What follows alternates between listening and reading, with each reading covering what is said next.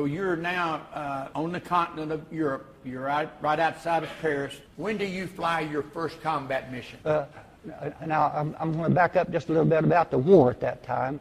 The Battle of the Bulge was going full blast at that time. There was no flying going on because everything was overcast. In fact, the Germans, they say, because of the weather conditions, is when they made the push back. And when we first got settled down, the war looked bad. Every paper was talking about how the troops was having to back up and all of that. And December the 22nd was the first group that flew out. And then December the 24th was the first mission I went on. And then I flew 2 missions on the 25th. And then we flew a mission. We didn't have to fly too far, at that point.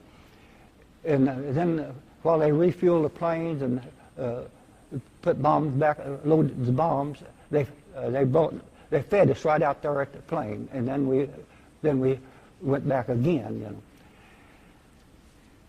Your all's mission, how long would normally a mission for you all be? About 4 hours. Yeah, it was as a medium bomber. Right. How many would be flying in your group as you all? Okay, there'd be a flight to 6, and then there'd be every plane would have a certain position in that 6. Then there would be a total of 6 flights in a group. That'd be 36 planes. Yes. Then if they sent out more than that, they just kind of line up with 6 more to the offside of them. At what altitude would y'all fly most of the About time? 13,000, 14,000 feet. It's higher enough that you didn't have a lot of breath. You'd like getting in the plane, climbing up and getting up in that turret. You get up there, you'd be a little dizzy and take a little bit to catch up your breath. Were you all flying a lot of times where you had to have oxygen management? No, we didn't even have oxygen equipped in those planes. If you would, talk a little bit about your first mission. When the plane started down that runway, I was sitting there in the waist. We didn't go to our gunnery positions till after we got airborne and got in formation. And then I thought, well, here I'm going to bomb the Germans.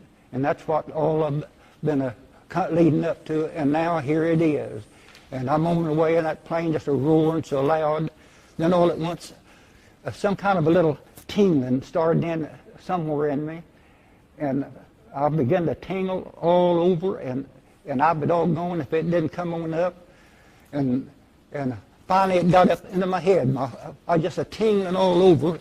I don't know whether it was excitement or greatness or what. Then I just felt it kind of level on out. At that time, the German Air Force had been pretty well wiped out. We had fighters probably a total of 3 times that I was involved in, But we had a lot of flak, lots of flak, The German had an Air Force in effect to the point that they was a shooting down those 17 just all the time and all, We had plenty of flak. In fact, we got shot down by flak, We have heard many of you all that were in the Air Corps talk about you felt like you could almost get out and walk on the black clouds around your plane. Well, I can't describe it like that. Really, what would happen, you start getting a flak. Well, the whole flight would try to outmaneuver it. They'd see flak start in, and they'd take them a while to get her altitude or their gun set, And you see flak out in front or below or whatever. We'd have flak to the point that you just sit there keyed up. But I've heard that same expression, that you look like you walk on it, but I've never saw that. Well, you're in that top turret, I guess, aren't you, in your turret position? Yeah. It's popping all around, yeah. And you'd also, when the flak would be close, you'd feel the whole plane shudder, Was your plane ever, I know it was shot down later on, but was it ever parts of your plane damaged by flak before you were shot down? Flak had hit the plane, but just a little. Our plane was named of old Patches. But planes was coming in all the time with where flak had been hitting them. What were your all's mission mostly? Was it what were some of your targets Okay, that y'all would go after? most of our targets was railroad yards and railroad bridges. Now they talk about a plane going up, and they used a bomb site and dropping their bombs. Most of our flying, the rest of the plane just sailed over the bombs whenever the lead plane dropped them. When you say salvo, the lead plane of the 6, when it dropped its bombs, the rest of the planes in the group dropped theirs. They had radios, you know, calling the bombs away, you know.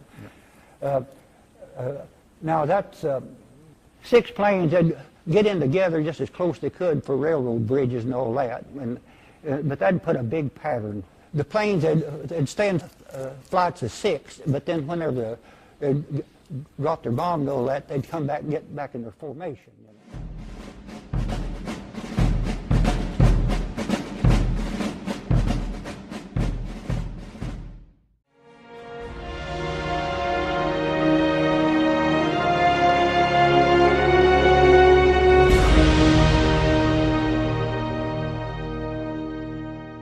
If you would, let's move ahead to that flight that your plane has hit, that mission. Okay.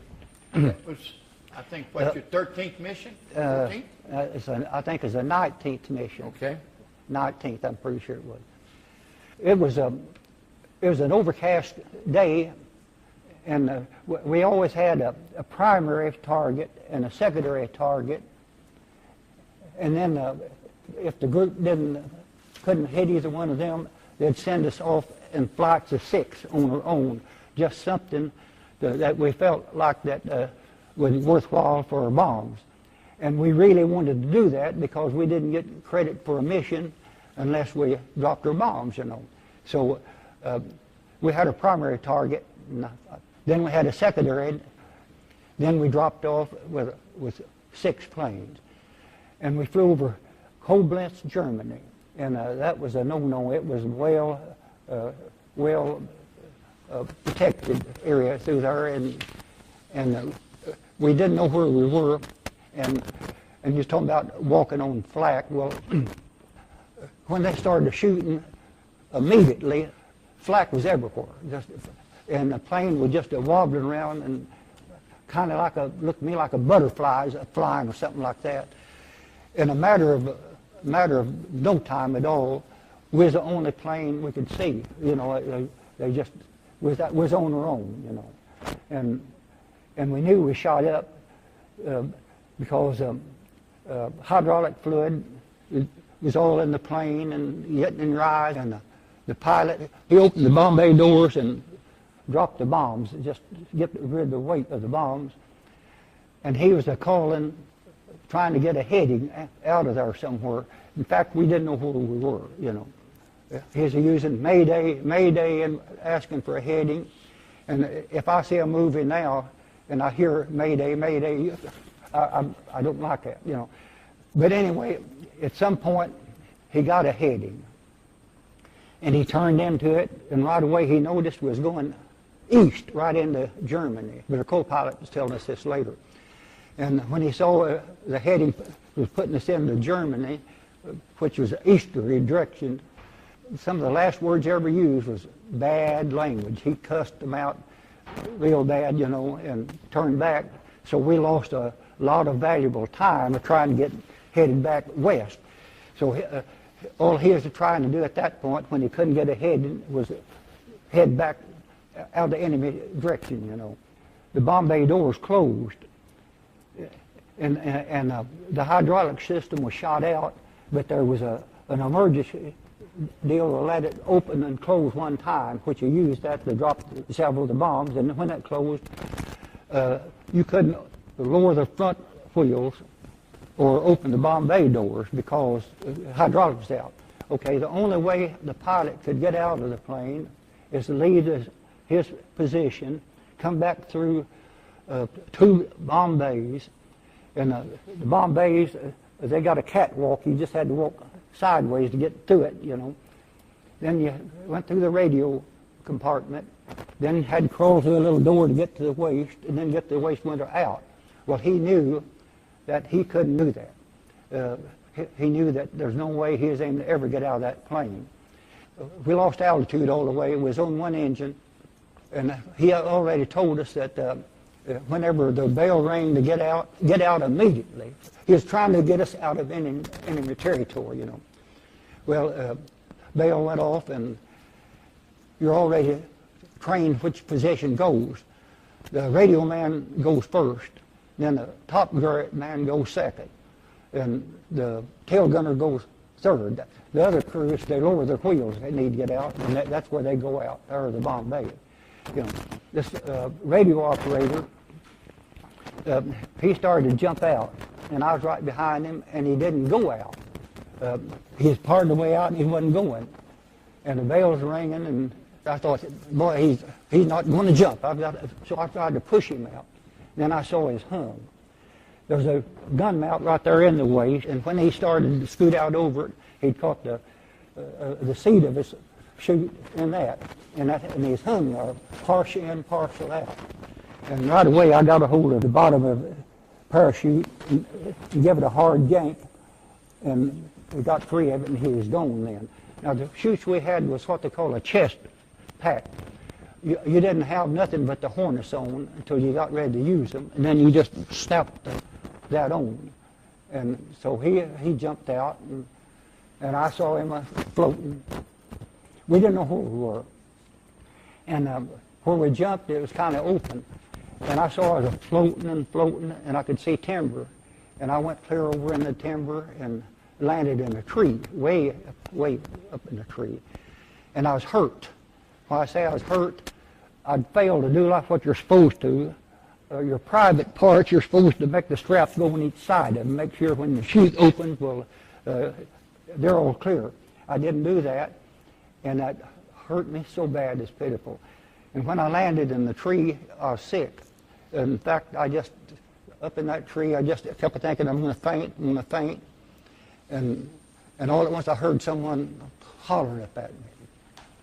And I turned myself sideways, and there's a civilian down there, and he had a big crooked knife of a kind that you cut grain with, you know.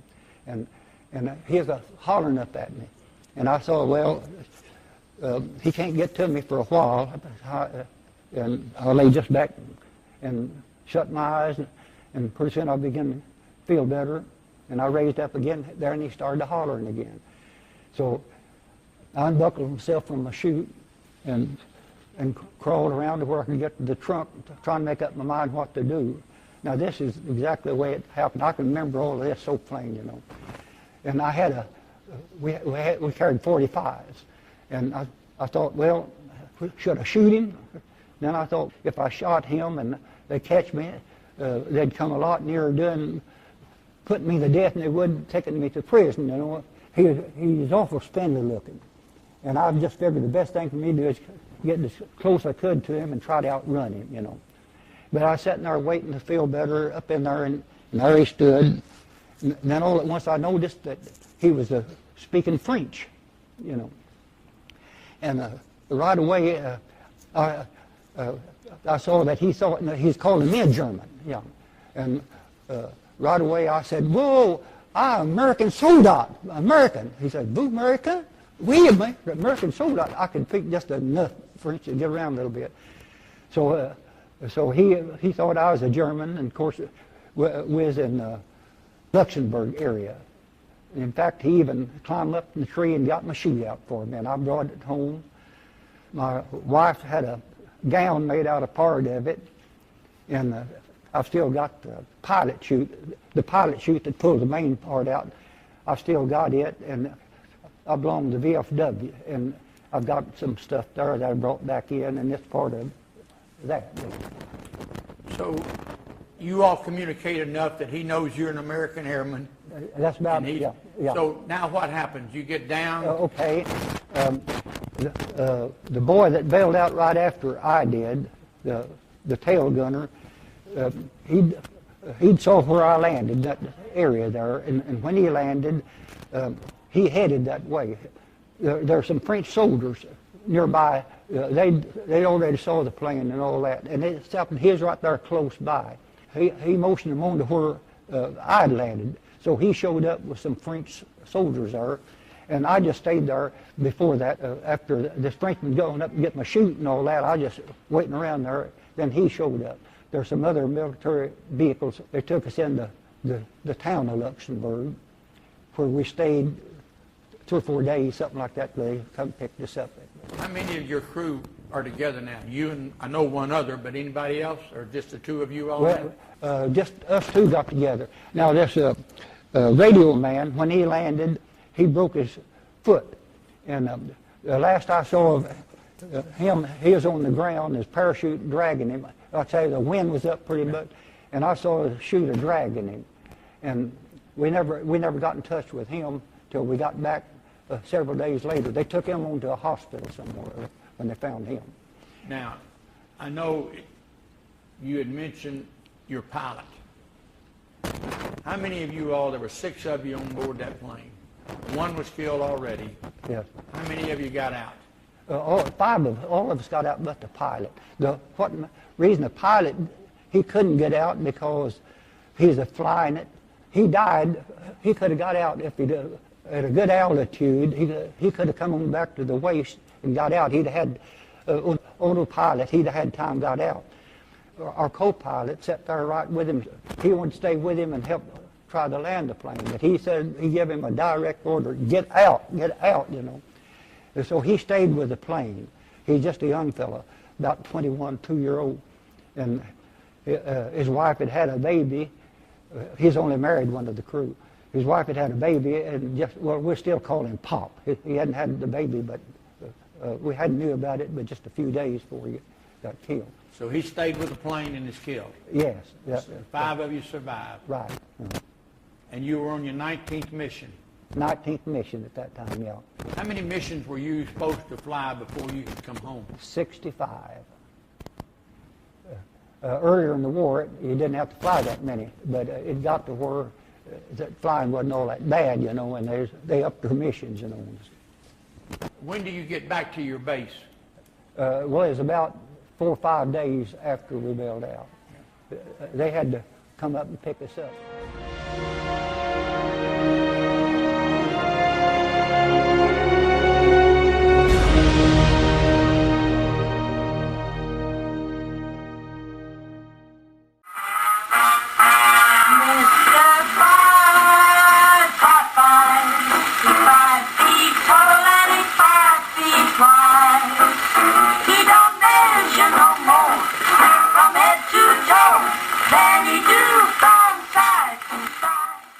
After you get back, are you assigned to another group? Yes, they first give us a leave.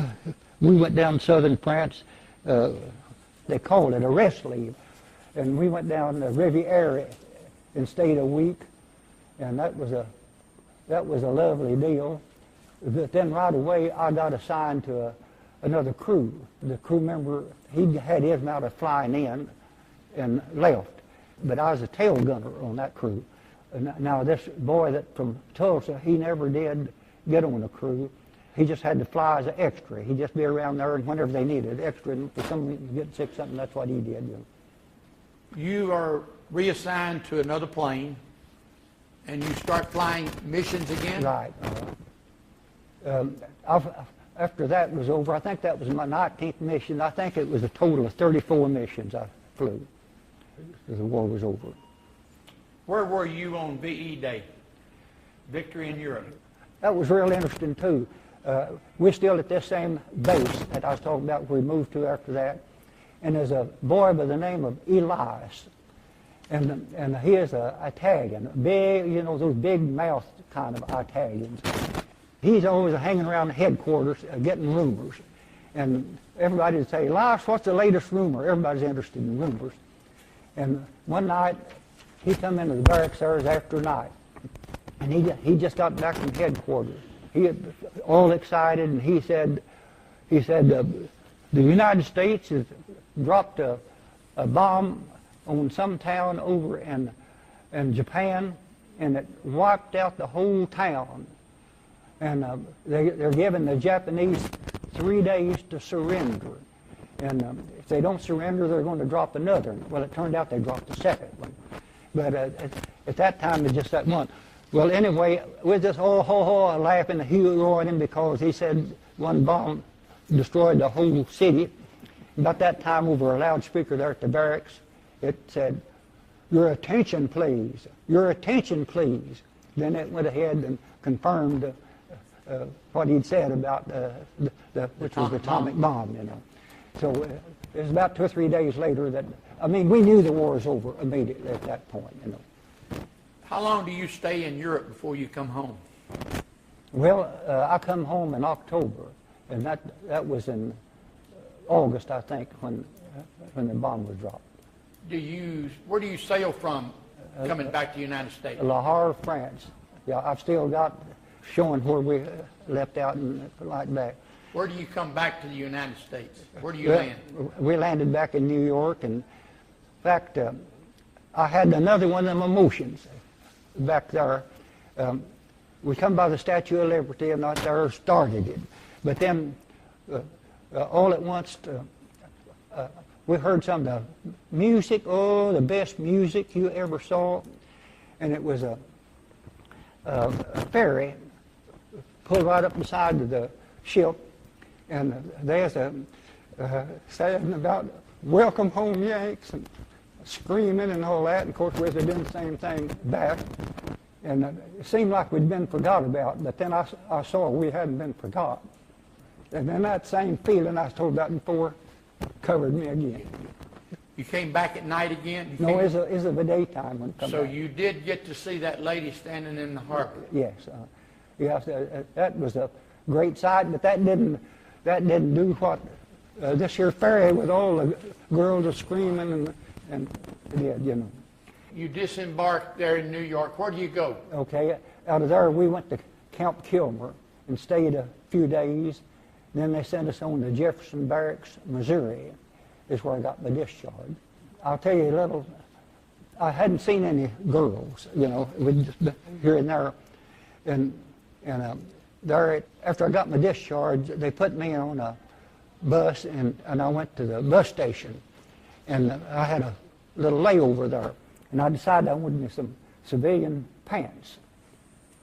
So I walked to a store, and I walked into there, and there's a young girl said, "Wait on me, you know," and I told her I wanted to buy some pants. She said, "What size you want?" And I wore a 32. Well, at that time, there was a song by the name of Mr. 5 by 5. Anyway, when I said 32, she stood there a minute, and she said, "Oh, Mr. 5 by 5, you're 5 foot tall, you're 5 foot wide. Well, you measure no more than this and that." And I thought that's the grandest thing in the world. Only in America something like that happened. But anyway, she sung that a little bit, and she says, "Come on." And she took me over to the rack where the 32 was, you know. But over in France, you don't do things like that, you know. Now I'm going to back up and tell you how I got home. While I was on that boat coming home, they said that you get up at the front of that boat and lean way over and look way back under there. You can see fish bellies coming up. Well, I got up there as I doing that, looking down there, sure enough, you could see white fish bellies turning up all along. Now I got up to leave there, and right there stood a fellow that used to pick strawberries for me at home. I hadn't saw a soul I'd ever knew before, all the time in the Army, and there he stood, you know, his name was Archer Blackwood. And so we met there and had a little visit. Well, the boat was big, thousands of people on it, and then I didn't see him anymore. After I got to Jefferson Barracks and got to the bus station, after I picked up my pants, there he was. He's in the regular Army, but he made the rounds, and we wound up back there at the same place, you know. So we rode that bus to Marshall and got out of the bus at our bus station. It was just a little, wasn't no station to it, just a place that lets you out, you know. And there his wife was. He was married, and his wife was there to pick him up.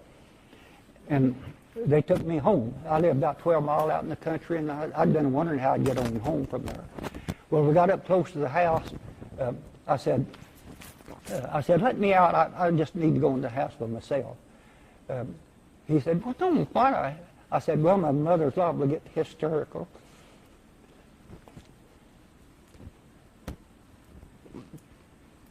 Well, anyway, he took me into the house, and she didn't get that bad, you know. But I got to think about later, how come his wife to be there to pick him up? He lived out in the country too, and there was no telephones, you know. So first time I saw him, I asked him, I said, how come Evelyn be there to pick you up? He said, well, when we first landed in New York, he said, they told us kind of what the procedure would be before we got her discharged, and he wrote her a letter and told her kind of about when he might come home.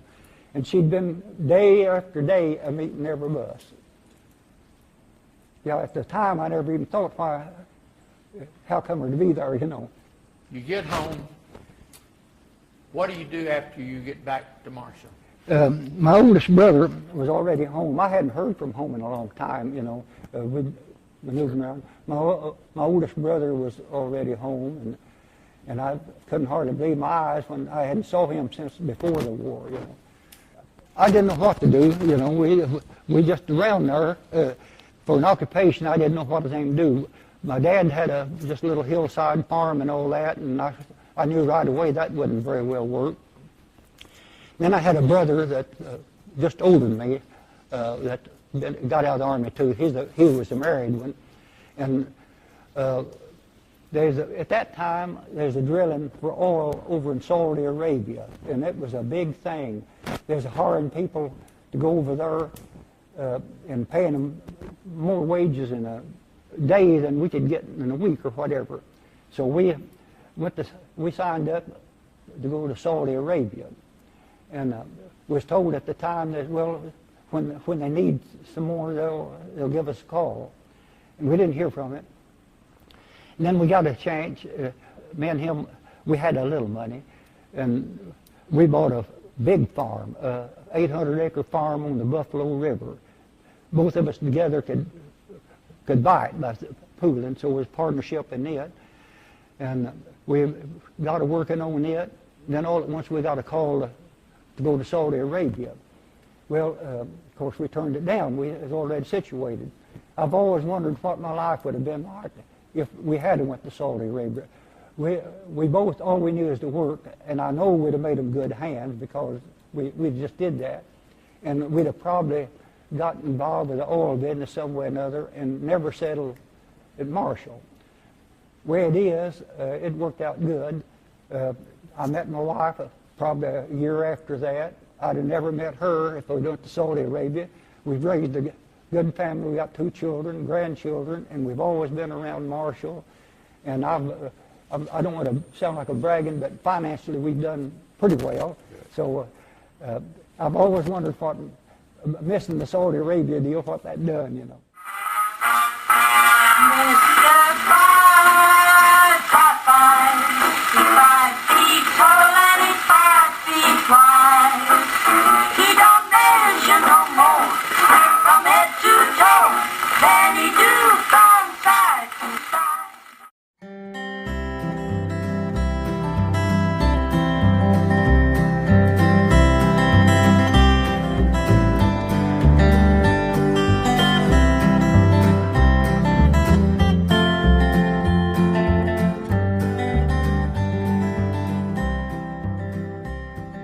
Back home, did you take advantage of the GI Bill in any way? No, about the only thing I did, me and my brother together, you could buy Army trucks if you was a veteran, surplus truck.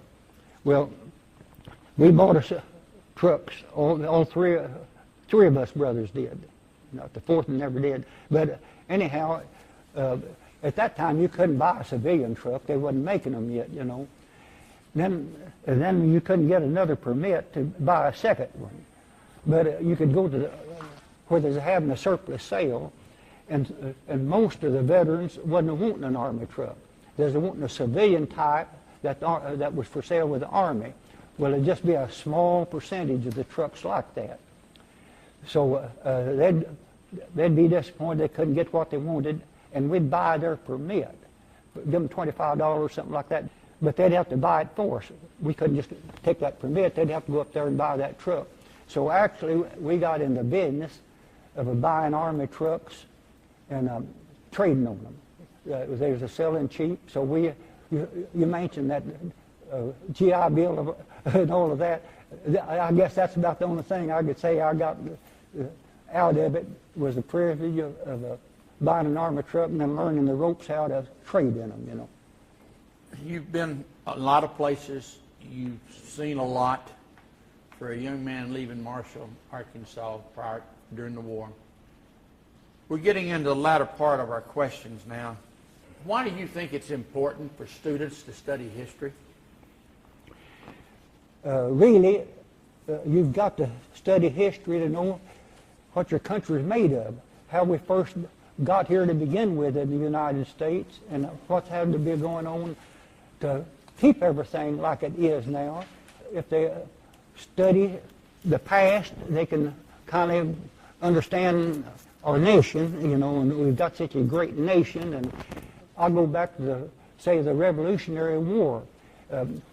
What had happened if we hadn't won that? England might have still been owning us and this and that.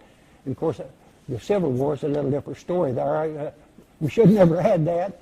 But then World War I, it happened, but we didn't take full advantage of it some way or another. Then we had to fight the Germans again, you know. If we hadn't whooped the Germans in World War II, we'd have been slaves to them. We all know that, you know. And I think it's, I'm proud of my military time. For us talking here, I like to see it preserved. There's been a lot of changes take place in the last 60, 65 years, and I'm not talking about technology, the computers and all of the things we've had. But have you seen, or do you think there's a sense of community response and caring for each other like maybe there was before? Or I do know this. During World War II, we had gas ration, tar ration, and all that, and everybody was concerned. If you saw someone out speeding and wasting gas and all that, you'd feel obligated to report it. And people, a hitchhiker, especially if it's a soldier, he could just go anywhere, just step out and stick his thumb out and get a ride. People was very patriotic during World War II, and I don't know whether they'd be that way now or not. During the war, on New Year's Eve night, it had been 1945, we were having a beer party, getting ready for 12 o'clock, you know, and everybody was around, ready to was aiming to sing "Old Lang Syne" and all that kind of thing, and then we got ready for it. Okay, then we started singing "Old Lang Syne." Oh, everybody just happy and this and that, and the New Year coming up. Then all at once, there's tracers started to fill in the air from coming down and going up both, you know. What the Germans had done, they, just for morale purposes, I guess, they come in a strafe or camped there. And then the other guns was shooting back at them. And of course, all we could see is tracers in the sky. Well, we lived in tents. Each tent had a foxhole, just big enough for the amount of people that lived in there, and we all jumped in that foxhole. And every New Year's Eve after that, we did maybe some party or dance or something like that, and then at 12 o'clock, everything started happening. Everybody started hollering, "Hey!" And that would come back to my mind completely, what happened to us on that. And I start saying, they just don't understand. And they don't. They don't understand. That's a Happy New Year and this and that, just a celebrating New Year. and they don't realize what some things was going on at New Year's earlier. You became part of the United States Army Air Corps. You fought in World War II. You saw a lot. You saw some of your friends killed, wounded. What are your thoughts on the concept of war as a means to settle something? That shouldn't be no way to settle problems. I'd hoped when they established the United Nations, you remember right after World War II or sometime along then, the United Nations was supposed to take care of all that, and I thought that would be great. But that never has seemed to work, you know. But it looks to me like there should be a way that differences could be settled without fighting. You know, way back when I was just a little boy, people fought. They just didn't fight all the time. They quit doing that, you know. You don't see people fighting anymore. And it looks like they could do the same thing with war, you know. What are the responsibilities that we have as citizens of this great country of ours? We're supposed to raise our children in a way that they know their responsibilities. We know we've got to preserve our country. Moving down to the last question, next to last, if you could share a piece of wisdom that you've used in your life with future generations, what would be that piece of wisdom? Don't waste. I was taught you didn't waste nothing. Have aims. I'm going to just call it aims of what you want to do, and just keep working for those goals of that. My children has done real well. One's an attorney, and then the other's farm pretty heavy. But I think I've taught them that what they need to do to get ahead, and what it takes to go on for the future generations in that line, you know. Is there anything that we've not covered in your interview that you would like to talk about at this time? Catherine, do you think of anything we need to cover? Either? Keep on the sunny side of life.